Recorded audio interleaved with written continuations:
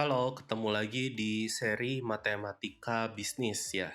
Jadi untuk kesempatan kita kali ini, kita akan membahas tentang fungsi kontinu. Nah, fungsi kontinu itu apa sih? Fungsi kontinu itu sebenarnya sederhananya ya. Jadi kalau kita punya f, gitu ya, fungsi f, kontinu. Nah, kontinunya itu harus disebut tuh di mana ya. Misalkan di x sama dengan c, gitu ya. Ini ada 3 syarat sebenarnya. Ada 3 syarat yang berkaitan dengan limitnya di C ini harus ada gitu ya, kita sebutnya ada. Lalu fungsi f di C juga harus ada gitu ya nilainya, karena nilai fungsi dengan nilai limit itu beda ya, karena limit itu hanya dekat kemana gitu ya istilahnya. Nah, yang paling penting, ini saya kasih tanda bintang gitu ya, yang paling penting tentang kekontinuan, dia nilai limitnya harus sama dengan nilai fungsinya. Jadi kan kadang-kadang kalau kita punya grafik gitu ya, nah ini ada yang bolong, ada yang isi gitu kan. Nah kayak gini misalkan. Nah ini kan fungsi yang istilahnya nggak kontinu gitu ya. Ini nggak kontinu, kenapa? Karena di sini limitnya tidak ada ya. Limit kiri sama limit kanannya di C gitu, itu udah nggak ada tuh, putus kan dia. Nah, itu dia fungsi yang nggak kontinu. Terus ada lagi contoh grafik lagi yang lain. Misalkan kayak gini, bolong.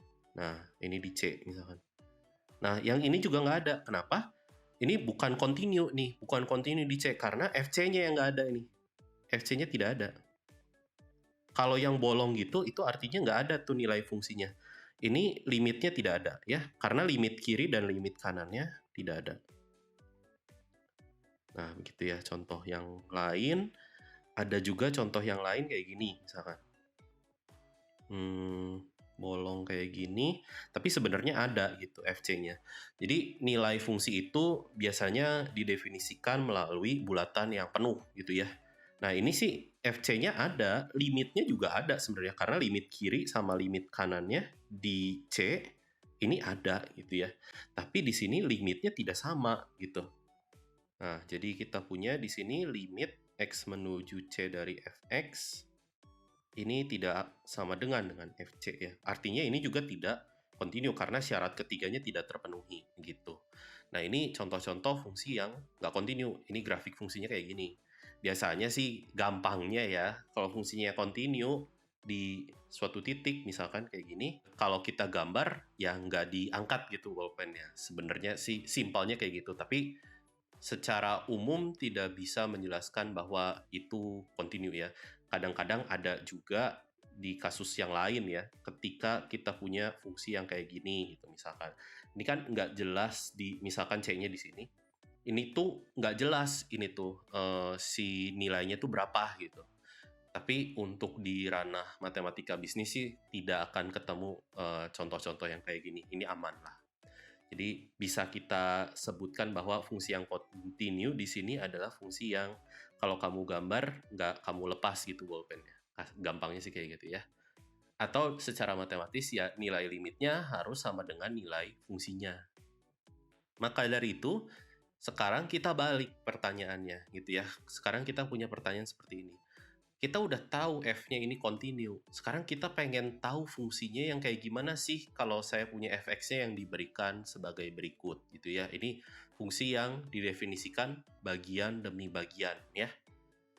Maka dari itu kita coba lihat terlebih dahulu fungsi-fungsi yang sudah dijamin kontinu. Yang paling gampang di sini fungsi yang sudah dijamin kontinu adalah fungsi polinom gitu ya. Fungsi polinom dan fungsi nilai mutlak itu sudah dijamin kontinu di seluruh bilangan real gitu.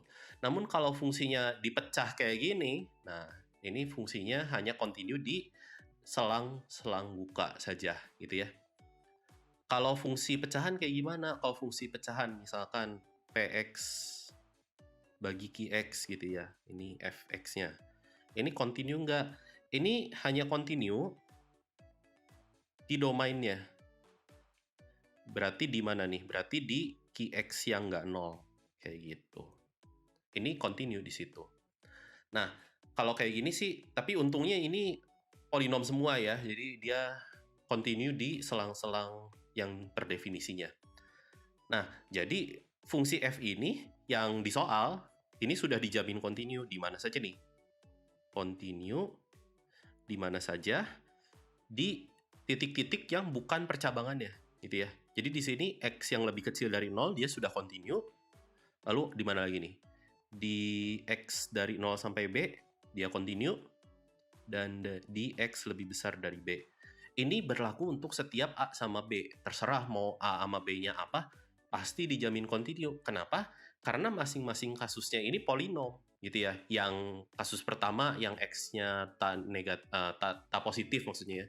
Yang X-nya tak positif ini polinom derajat 3. Yang kasus kedua ini fungsi kuadrat. Yang kasus ketiga itu fungsi linear. Itu semua aman, gitu ya.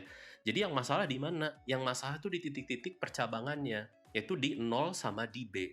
Sekarang kita akan lihat dua buah kasus berarti ya. Untuk X-nya 0, apa yang terjadi? Kita punya F0-nya apa? Gitu ya. Kan kita harus mengecek limitnya dan fungsinya, nilai fungsinya. Nah, di sini F0-nya berapa? Kita lihat yang ada tanda sama dengannya. Berarti kita gunakan yang kasus pertama, yaitu X pangkat 3 plus A. Jadi X-nya kita substitusi 0, jadi 0 pangkat 3 plus A, yang adalah A, gitu ya. Lalu kita ingin hitung limitnya. Limitnya ada nggak sih, gitu ya. Nah, limitnya ada itu ketika kapan? Ketika limit kiri dan limit kanannya sama. Jadi kita pandang dulu untuk limit yang X menuju 0 dari kiri, untuk Fx, karena 0-nya dari kiri, berarti X-nya lebih kecil dari 0, gitu ya. Jadi kita akan gunakan kasus yang pertama, yaitu X pangkat 3 plus A, yang adalah 0 pangkat 3 plus A, yang adalah A, ya.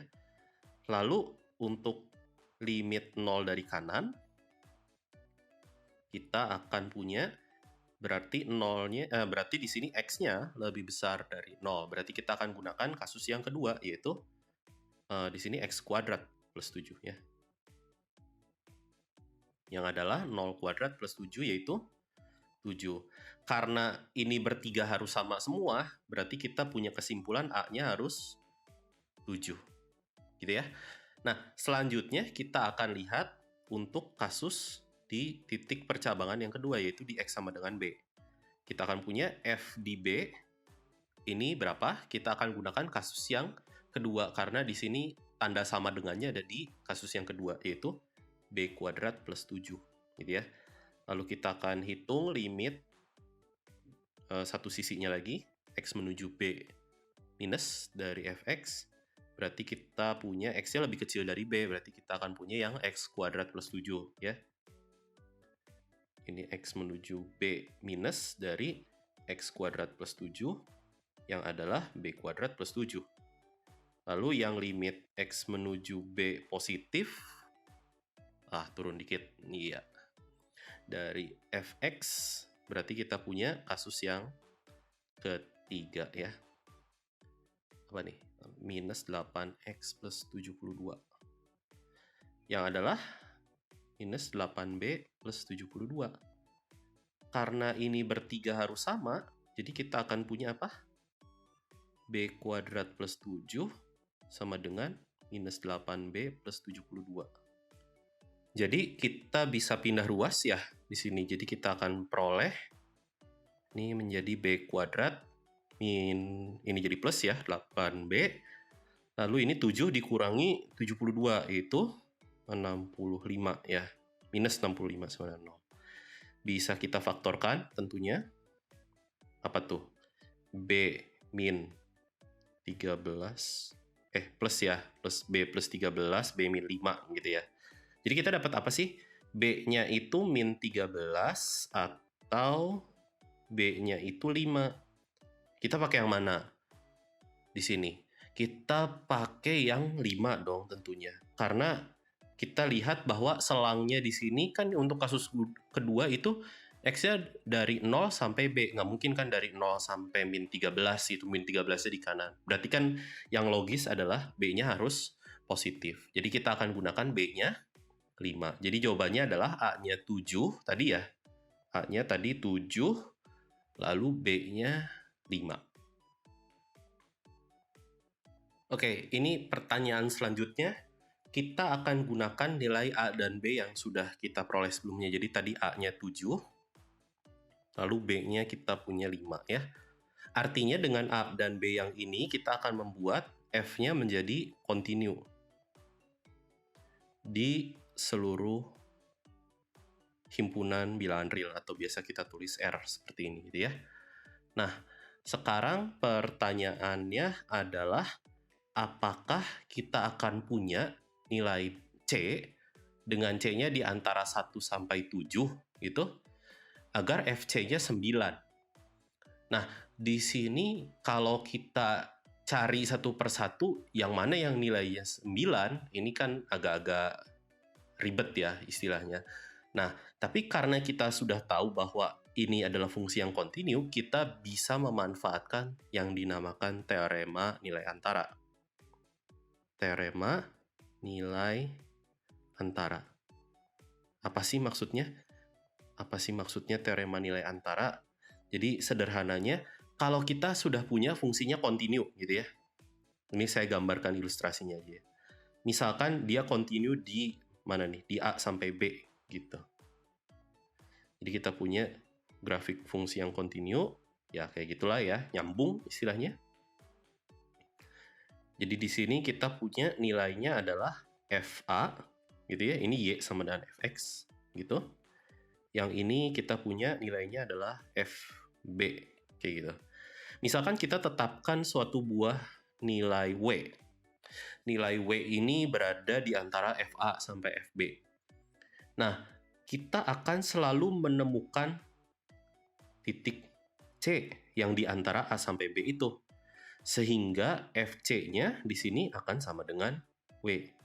Jadi asalkan W-nya di antara FA sampai FB, ya terserah ya, mau FA-nya lebih gede dari FB atau FB-nya lebih gede dari FA, asalkan W-nya berada di tengah-tengah di antara kedua nilai itu, maka kita akan selalu menemukan titik C-nya gitu. Tapi di mana titik C-nya itu bukan urusan kita sekarang. Yang penting kita sudah tahu bahwa oh ada loh C-nya, tapi di mana C-nya ya masa bodoh, bukan urusan kita gitu loh. Karena yang ditanya di sini adalah terdapat nilai C atau enggak gitu kan, cuman kayak gitu, bukan disuruh nyari C-nya berapa gitu ya. Itu yang harus diperhatikan di sini. Ini cuman menjamin eksistensinya istilahnya, keberadaan nilai C-nya ada atau enggak sih kayak gitu. Nah, sekarang kita lihat di selang 1 sampai 7 berarti gitu ya. Nah, berarti kita hitung F1 berapa? F1 berapa nih? F1 berarti kita akan gunakan kasus yang kedua. 1 kuadrat plus 7, yaitu adalah 8. Dan F7 itu berapa? Minus 8 kali 7 tambah 72. Artinya adalah minus 56 ditambah 72, yang adalah 16 ya. Sekarang kita tahu 9 itu berada di antara 8 dan 16. Ini sebagai W-nya gitu ya istilahnya. Ini yang tadi ini sebagai FA-nya, ini sebagai FB-nya gitu. Jadi kita akan punya C-nya sehingga FC-nya sama dengan W. Begitu. C-nya akan berada di antara A sampai B. Yang kayak tadi teorema nilai antara yang tadi. Artinya kalau kita translate di sini, jadi melalui, ini saya tulis aja ya, melalui teorema nilai antara terdapat C yang berada di antara 1 sampai 7 sehingga FC-nya sama dengan 9 gitu ya. Jadi kita sudah membuktikan ada C-nya sehingga FC-nya sama dengan 9. Di mana? Nggak tahu. Ya di mananya kita perlu cara lain gitu ya. Dengan cara ya kita sama denganin 9. Tapi ya ribet lah. Kita sudah bisa menjamin C-nya ada gitu di sini. Oke, jadi di sini kita sudah berhasil melihat kegunaan dari fungsi kontinu ya. Jadi kita bisa menjamin ada nggak sih nilai fungsi yang segini gitu ya. Bisa dicapai nggak sih nilai fungsi yang segini, misalkan kayak gitu. Itu dengan bantuan teorema nilai antara. Oke, segitu aja untuk kali ini. Sampai ketemu lagi di kesempatan selanjutnya. Bye-bye.